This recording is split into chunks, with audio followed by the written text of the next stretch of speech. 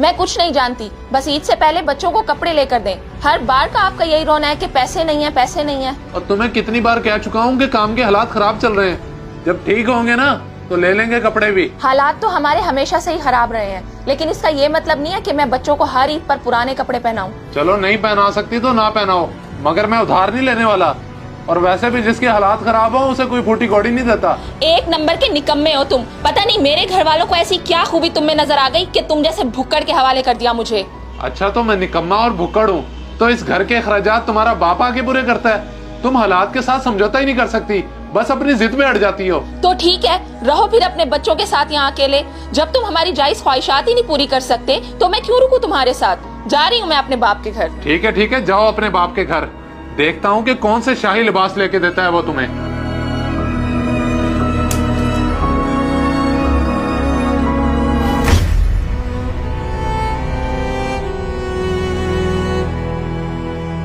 अस्सलाम वालेकुम अब्बा।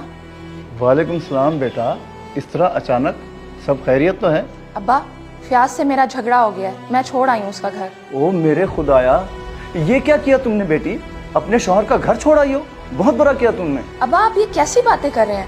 मैं उस कंजूस के साथ कैसे गुजारा कर सकती हूँ जो अपने बच्चों की खुशी के लिए चंद हजार रुपए नहीं खर्च कर सकता। बेटा मैं फयाज को अच्छी तरह जानता हूँ, वो ऐसा बिल्कुल नहीं है, बस तुम ही बेसब्री हो जाती हो। क्या वो पहले घर के खर्चे पूरे नहीं करता? तो अब्बा ये उसका फर्ज है, वो हम पर कोई एहसान नहीं करता। अब आप ही बताएं कि बच्चे नए कपड़ों के बिना ईद कैसे मनाएं? बात समझने की कोशिश करो। आजकल पूरे मुल्क के हालात खराब हैं और उस बेचारे का कारोबार भी सही नहीं चल रहा, तो और क्या करें? आपको मेरी परेशानी नहीं नजर आती, बस दामाद की तरफदारी किए जा रहे हैं। इससे बेहतर था कि मैं भाई के घर चली जाती। रुको बेटा, अच्छा तुम अब परेशान ना हो, मैं करता हूँ फयाज से बात, तुम अंदर चलो।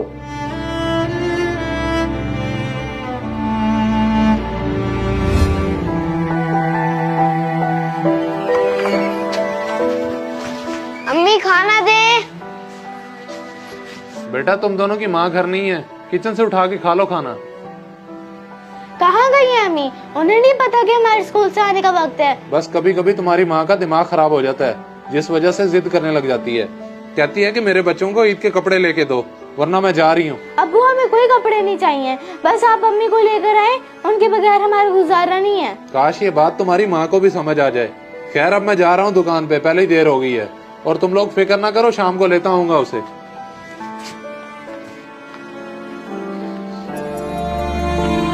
अरे फयाज साहब खैरियत तो है? सुबह सुबह आपके घर से शोर आ रहा था, लगता है भाभी से फिर झगड़ा हो गया आपका। बस जी आपको तो मालूम है कि मियाँ बीवी के दरमियान छोटी छोटी बातों पे झगड़ा हो जाता है। नाराज होके मेके चली गई है, एक दो दिन में खुद ही आ जाएगी वापस। अगर ना भी आई तो मैं खुद मना लाऊंगा। अच्छा तो ये बात है।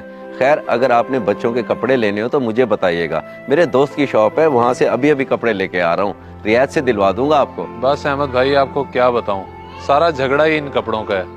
बीवी फरमाइश कर रही है कि ईद पे बच्चों को नए सूट दिलवा के दो, और मेरे हालात ठीक नहीं है। ओहो, ये तो वाकई परेशानी की बात है। अगर आपको कुछ पैसे चाहिए तो मैं दे देता हूँ, जब दिल चाहे वापस कर दीजिएगा। नहीं अहमद भाई, बहुत शुक्रिया आपका। दरअसल मैं उधार लेना ही नहीं चाहता।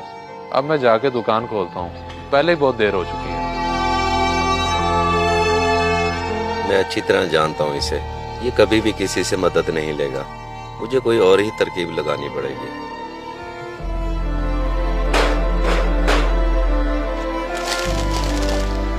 फयाज बेटा मैं जानता हूँ गलती मेरी बेटी की है, वो थोड़ी जज्बाती है मगर दिल की बहुत अच्छी है। मैं उसकी तरफ से तुमसे माफी मांगता हूँ। अरे अंकल आप हाथ जोड़ के मुझे शर्मिंदा तो ना करें।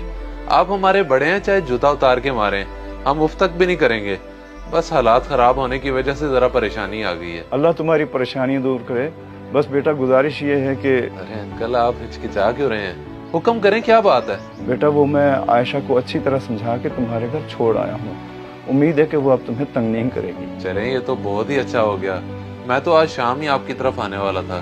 दरअसल बच्चे बड़े परेशान हो गए थे अपनी माँ के बगैर। इंशाल्लाह अब मैं पूरी कोशिश करूंगा, उसे किसी चीज की कमी नहीं आने दूंगा। अल्लाह पाक तुम्हें और तुम्हारे बीवी बच्चों को हमेशा खुश रखे।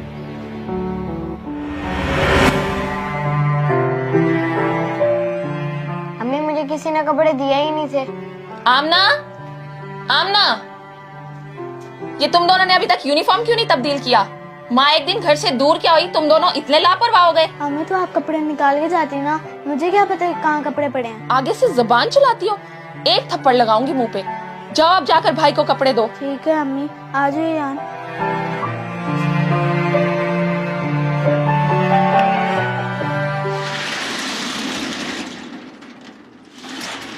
अरे फयाज भाई, मैं तो आपकी दुकान पर सामान लेने आया था, पर शायद आप बंद करके कहीं जा रहे हैं। अहमद भाई, कुछ देर के लिए मैं घर जा रहा था।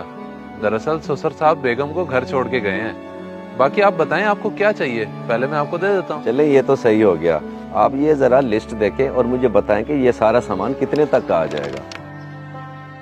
अहमद भाई, आपको इतने सामान की क्यों जरूरत पड़ गई? 3 थैले चीनी, 4 गत्ते घी, ये दाल पत्ती, मेरे अंदाजे से तो ये बिल बहुत ज्यादा बनेगा। 1 लाख के लगभग बिल बन जाएगा। दरअसल फयाज भाई, ये सारा राशन मैंने गरीबों में तकसीम करना है।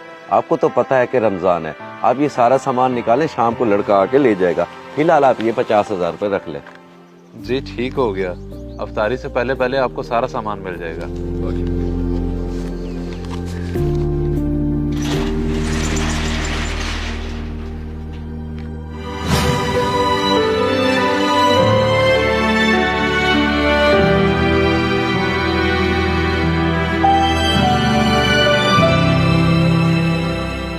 अबू देखिए अम्मी आ गई। हाँ हाँ, मुझे पता है।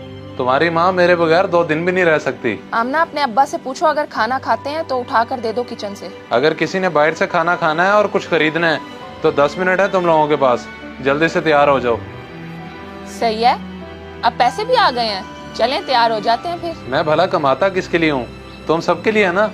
बस इंसान को सब्र का दामन नहीं छोड़ना चाहिए, अल्लाह ताला सबब बना देता है। आप बिल्कुल ठीक कह रहे हैं। बस मैं तो अबू हम तैयार हैं, बस आप जल्दी से चलें। आ जाओ फिर, इंतजार किस चीज का है? तुम भी उठ जाओ अब। इस वीडियो को सदका जारिया समझकर जरूर शेयर करें। हो सकता है आपका एक शेयर किसी की जिंदगी बदल दे।